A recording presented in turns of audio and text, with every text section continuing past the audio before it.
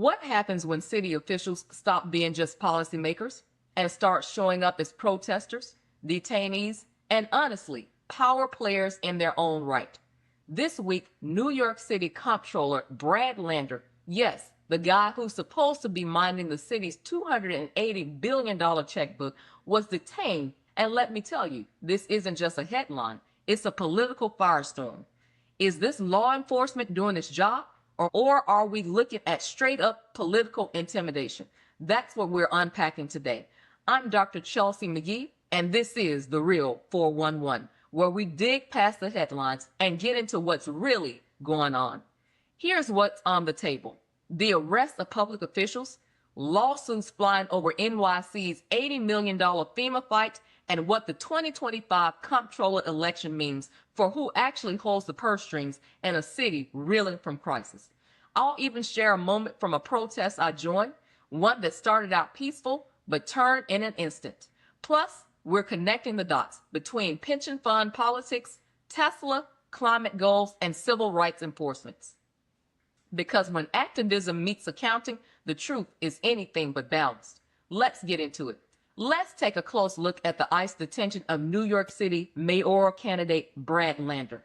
Is speaking out after ICE agents forcibly detained him yesterday. Lander, currently serving as the city's comptroller, says he was in court watching immigration hearings when he was handcuffed and arrested by authorities. He has since been released from federal custody. We're going to chat with him in just a minute. But first, here's what that video looks like. I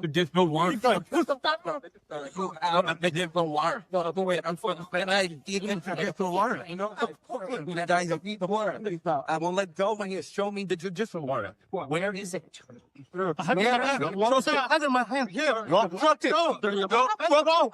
You don't have the authority to arrest U.S. citizens. I'm not obstructing. I'm standing right here in the hallway. I have to see the judicial warrant. Can't believe you're arresting me. Where are you taking me? You have no authority to arrest U.S. citizens. Where are you taking me? With what authority? I'd be embarrassed too. And with what authority?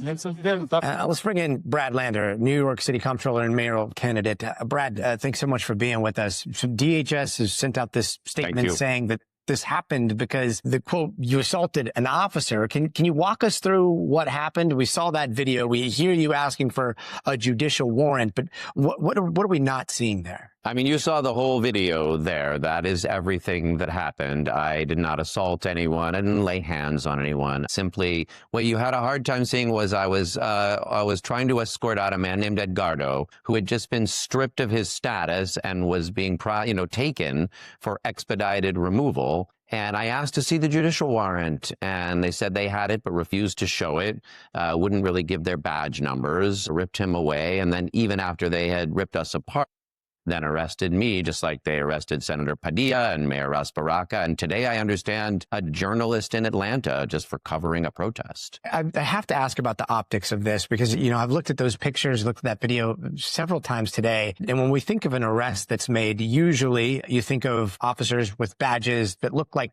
police or law enforcement. In this particular case, it's like a bunch of backwards hats, a bunch of T-shirts, some people wearing, surgical masks, and then maybe there's one or two officers with maybe a jacket behind. What are these optics saying to people across the country? Yeah, I mean, this is what we mean when we talk about creeping Gestapo tactics. And look, I have a good lawyer. I know my due process will be respected. But 𝐸𝐷𝐴𝐷o, who these same guys took away, they didn't say 𝐸𝐸𝐷𝐴 and say his last name. Here's who we are. Here's under what authority we're arresting you. They're trying to strike fear into people and to escalate conflict.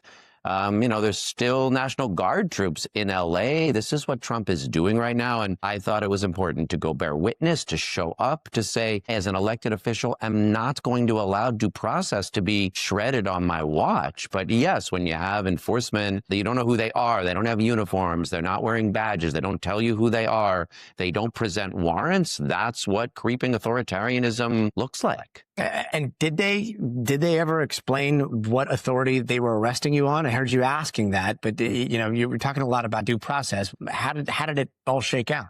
Yeah. I mean, look, I was worried about Edgardo's due process more than mine because we don't know where he is. We're trying to find him. He is in ICE detention, but we don't know where. The judge said he had a 30-day right to appeal, but he doesn't have a lawyer, so we don't know how he will. I know for me, I was released about 4 hours later. They have not brought charges, but they've indicated that the case is under review. And finally, and I've got to ask, I mean, how do you respond to people who say that some of these arrests are the result of people in politics trying to get in front of the cameras to generate some sort of political victory here? I mean, look, this is the third week in a row that I've gone down and I've walked 7 people out, and 5 of them, thankfully, I was able to bring into the elevator, take downstairs and help get out of the building. You just did that piece on family separation. One was a couple with 2 kids in our public schools, and nothing has made me happier since Donald Trump was elected than helping that couple get out of the building. All I wanted to do yesterday was try to escort people safely so they could get back to their families and their communities. I did not want this. I didn't want it for me. I sure didn't want it for Edgardo. I don't want it for the United States. What we want is for people to have due process, be able to present their asylum case, have their due process rights, get a credible fear hearing, not be separated from their family members. And really, that's what everyone should want. New York City Comptroller and mayoral candidate Brad Lander, thanks so much for your time. And he's not the only one. Democratic officials like Senator Alex Padilla, New York Mayor 𝐟𝐨𝐫𝐸𝐿, even Representative 𝐬𝐻𝐫𝐸𝐿 McIver have been cuffed, dragged, or charged after immigration protests. These aren't random acts. There's a pattern here. Federal agents showing up, sometimes in plain clothes, sometimes in riot gear, and the message is clear. Dissent will be met with force. Now the Trump administration says if you break the law, you get held accountable. But legal experts like Kareem Creighton and Raha Walla, they're calling this an unprecedented authoritarian playbook. Walla put it bluntly. It started with immigration, but is not going to end there. Creighton wrote that stamping out dissent ignores the very foundation of American political discourse. We talked about this before. Remember the DHS storming Representative Nadler's office? This is that on steroids. And I'll tell you, I was at a protest last year, peaceful, lots of family, people holding signs and singing. Then out of nowhere, the police line moved in. Suddenly, it was not about the issue. It was about control. I remember thinking, I'm a doctor. I'm here to help. But right now, I'm just another body in the crowd. That's a risk every activist faces. But when elected officials are the ones getting cuffed, you have to ask, is this about law and order? Or is it about silencing opposition? Now let's pivot to the money fight. New York City is in a legal brawl to recover $80 million in FEMA funds that the Trump administration clawed back. Funds meant for migrant housing. Lander's threatening to sue. Mayor Adams is trying to play both sides. Meanwhile, feds are accusing the city of misusing the money on luxury hotels. Lander says these are negotiated rates. The city is just trying to keep people off the streets. But with Adams cozying up to Trump, there's real tension over who's actually fighting for New Yorkers. And don't forget, Landers is running for mayor. That leaves the comptroller race wide open. Justin Brannon's already picked up major union endorsements. Staten Island ferry workers, the Teamsters, the Transport Workers Union. He says he's fighting for labor, for working families, and for responsible financial management. But let's be real. Whoever wins inherits a city where oversight is about more than spreadsheets. It's about defending the city's values when federal support is anything but guaranteed. Now, pension funds. New York City has $280 billion in pension assets. Lander says if assets managers don't have real net zero plans by the deadline, they're out. It's not just about green portfolios. It's about decarbonization, measuring emissions, cutting ties with the climate disaster. The political winds are shifting and financial decisions are following. Let's talk climate. New York City is not waiting for Washington. They are pushing aggressive net zero goals, and Landers is holding Wall Street accountable. He called out BlackRock for backsliding on climate. He's pushing for litigation against Tesla and Elon Musk, especially after Tesla stocks tanked and cost the city pensions hundreds of millions. Republicans, they're blaming protesters, not Musk's divided focus.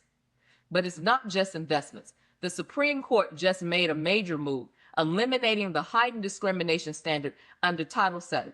And there's a new executive order rolling back corporate liability and federal regulations.